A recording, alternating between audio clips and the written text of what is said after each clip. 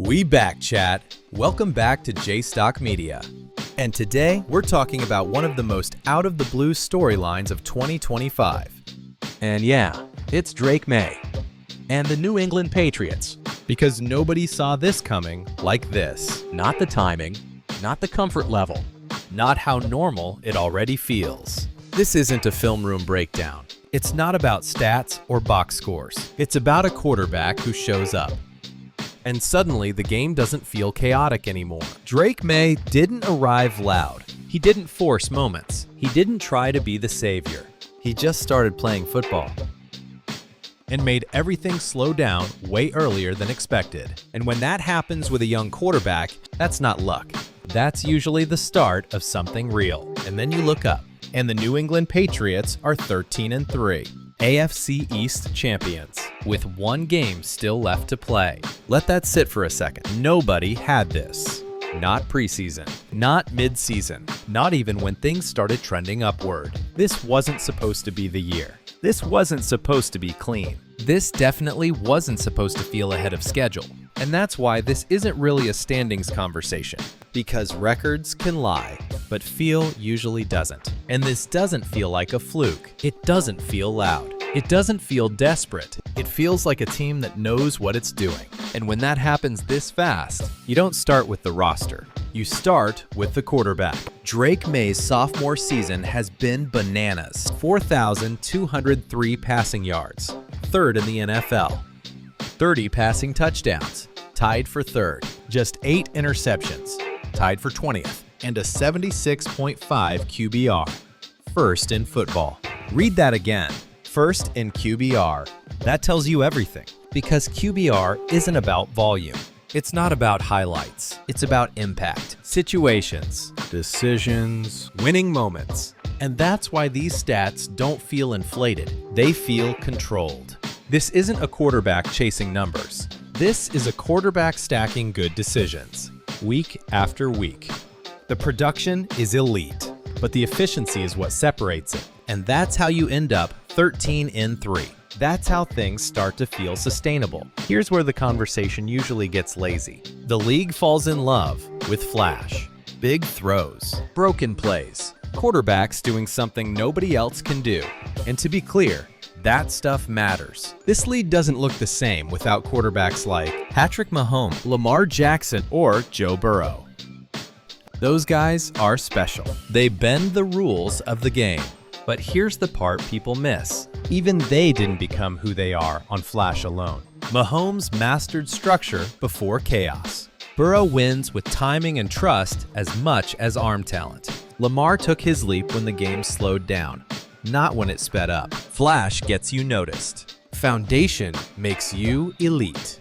And that's the distinction. That's where Drake Maye enters the conversation differently. He didn't arrive leading with chaos. He arrived leading with control. Nothing about his season feels spiky. Nothing feels borrowed. Nothing feels like it's hanging on one unbelievable play.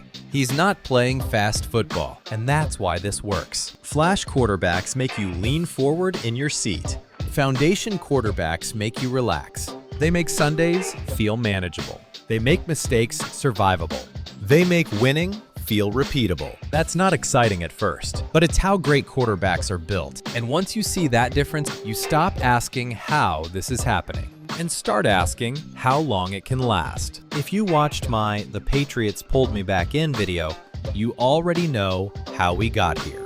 We talked about the reset. We talked about the tone shift. We talked about why this finally felt intentional, so we don't need to replay that. What matters now is how this feels on Sunday, because for the first time in a long time, New England football feels uncomfortable again for everybody else. Not flashy, not chaotic, dangerous. And a lot of that starts at the top. Mike Vrabel is the adult in the room. He's not chasing headlines. He's not trying to win the press conference. He's a football coach. Players believe in him. They trust him. They know exactly what the standard is. No gray area, no mixed messages. And that matters, especially for a young quarterback. Because the fastest way to ruin a quarterback is chaos at the top. Vrabel did the opposite. He simplified things. He stabilized the environment. He created a space where the quarterback didn't have to be perfect, just consistent. And because of that, Drake Maye gets to be Drake Maye, not a savior, not a superhero, just the guy running the offense the right way. You feel it across the roster. Veterans are bought in. Skill guys play with confidence. The team doesn't flinch when things get tight.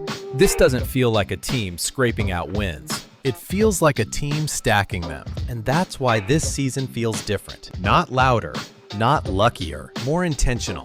When the head coach knows who he is, and the quarterback knows how to run the room, everything else starts to fall into place. This doesn't feel like New England catching lightning. It feels like New England building something sturdy again. And when a franchise reaches that point, the question stops being, how did this happen? It becomes, what comes next? When you zoom out, this is the part that really changes the math. Drake Maye is still on his rookie deal, year 2 of 4, with a 5th-year option sitting there. That means New England doesn't have to rush anything. They can spend the next 2 years without worrying about paying him. That's freedom. That's runway. You add weapons. You let things grow the right way, instead of forcing moves. And if the Crafts do this right, if they stay patient, if they build instead of panic, the dynasty isn't something New England remembers. It's something they restart. But all of that gets put on pause right now, because it's Week 18. The AFC East is locked up, but the postseason picture still matters. The Patriots get the Dolphins, without Tua. No drama, no chaos, just a game you're supposed to handle. Out west, the Broncos host the Chargers. And with the Chargers resting starters, yeah, they're basically handing Denver the 1 seed. And that sucks. But here's the thing. The 1 seed has never been the Patriots' identity anyway. This franchise was never built on the cleanest path. It was built on being the team nobody wanted to see, no matter where the game was played. Home field helps, rest helps. But in January, the most dangerous team is the one that travels well. And New England doesn't feel like a team that needs everything lined up perfectly. They feel like a team that can win on the road in ugly environments when the margin disappears. That's playoff football, because once January hits, everything tightens. Windows shrink. Mistakes end seasons. One decision flips everything. This is where chaos quarterbacks fade. And this is where calm quarterbacks separate. Drake Maye doesn't flinch. He doesn't speed up. He doesn't chase moment. He plays the same game, no matter how heavy it gets. That's playoff DNA. So yeah, Denver might get the 1 seed, but that doesn't suddenly make them the team everyone fears.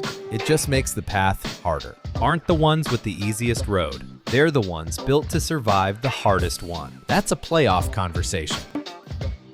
And finally, after 6 long years, the AFC runs through the Patriots again. No nostalgia, no remember when, no debate, right now. And at the center of it all is Drake Maye. Because this isn't potential anymore. This isn't projection. This isn't hype. The conference is open. And for the first time in a long time, if you want to get to the Super Bowl, you're going through New England. And that's where this all comes together. This was never about hype. It was never about shortcuts. It was never about chasing a moment. It was about building something that lasts. The Patriots didn't rush the reset. They didn't panic. They waited for the right quarterback. And they found him. Drake Maye doesn't look overwhelmed. He doesn't look rushed. He doesn't look like he's trying to be anything he's not. He just keeps playing winning football, the same way every single week. That's how dynasties actually start. Not loud, not flashy, but inevitable. The AFC is open. January is here. And for the first time in a long time, New England isn't chasing the league. The league is about to run into them. And next week, we're talking socks with the boys. Till then, we back, chat.